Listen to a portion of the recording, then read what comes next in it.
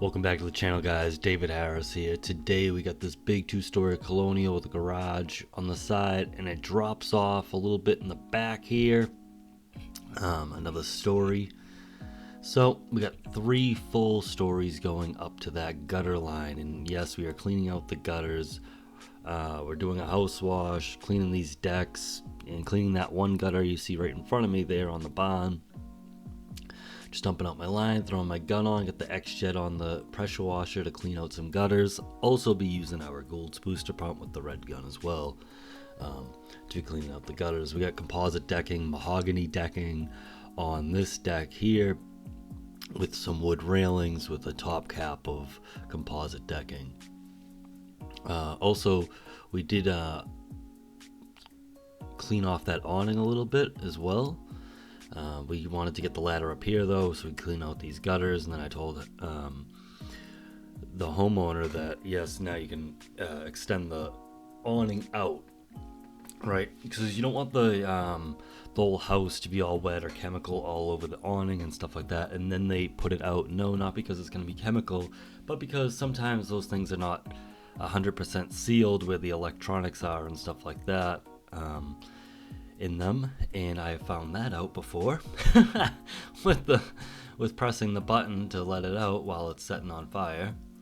So that's always a fun experience. Start smoking on you, luckily nothing crazy happened out of that. And yeah, we lucked out. Actually, I think Callum was pressing the button to the awning. So But yeah, guys, so right here we got that red gun, 10 gallons a minute, but only using around 150 to 200 psi's on that pump.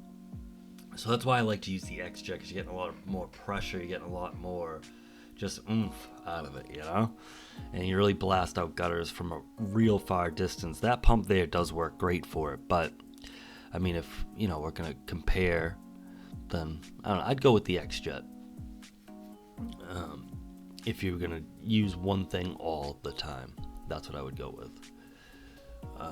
So yeah, I mean, like always, guys, we set up the job beforehand, pull out all our ladders. If we need any tarps, we always taping things up,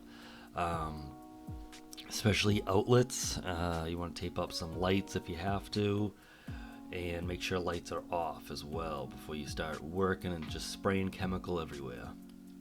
That's why you want to know your chemicals, and you want to know your surfaces, especially because certain chemicals, even, obviously we use tons of bleach, and that's our main chemical in pressure washing, soft washing.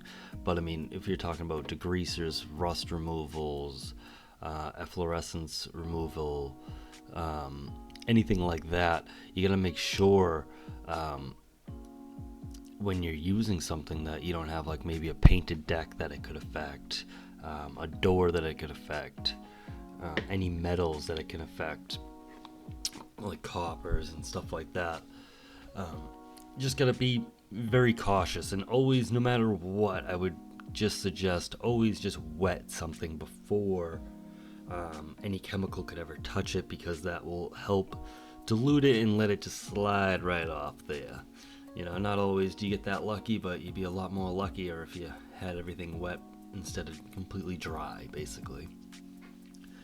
And yeah, so I'm not doing any house washing on this barn here, just that one gutter. That was the only thing they wanted done, because honestly, it looks pretty decent, and hey, that's what they wanted. But we are cleaning all this concrete down here, and obviously the decks, like I was just speaking about.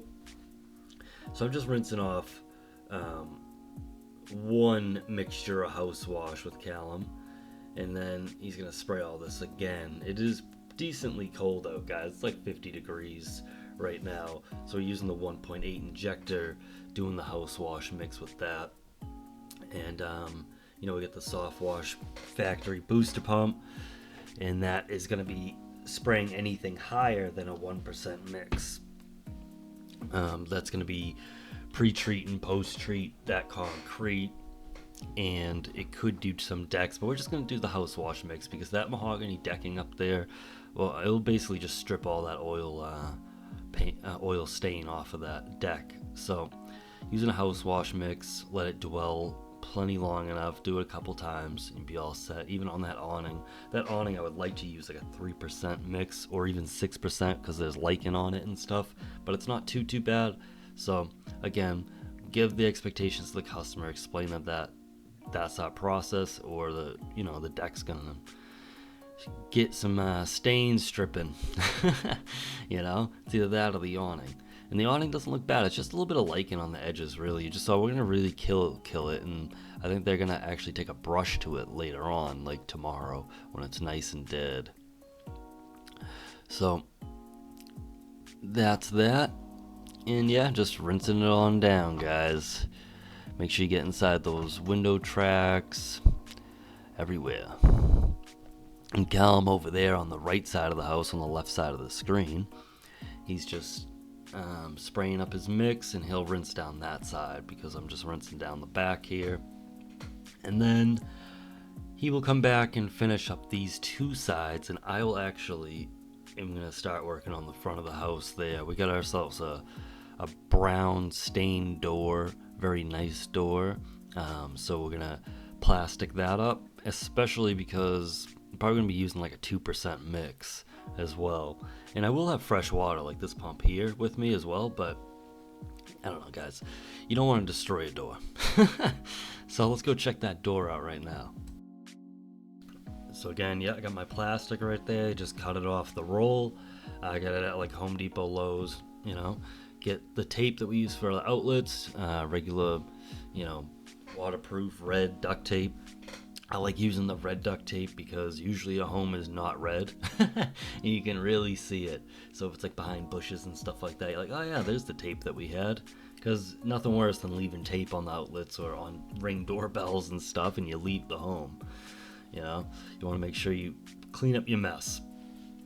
And yes, like you guys know, you see a lot of solar panels on this channel. We're in Massachusetts, so everyone's all about the solar panels, right? And everybody's all about the solar panels these days. So you really want to wet them with water before you spray them, because just like windows, it'll put like a haze. It'll leave that bleach haze all over it. So, and then you have salt all over it, and then the solar panels aren't going to be working as well for them, and that is not good. I mean, your customer's over here trying to save some money, and you're over here taking them for everything they got now. That's how they feel. Obviously, you're not taking them for everything they got, just a couple of solar panels, guys. But little Timmy's room's cold now this winter because of you. So make sure you wet up those solar panels and rinse them off afterwards so little Timmy can go to bed in a nice heated home.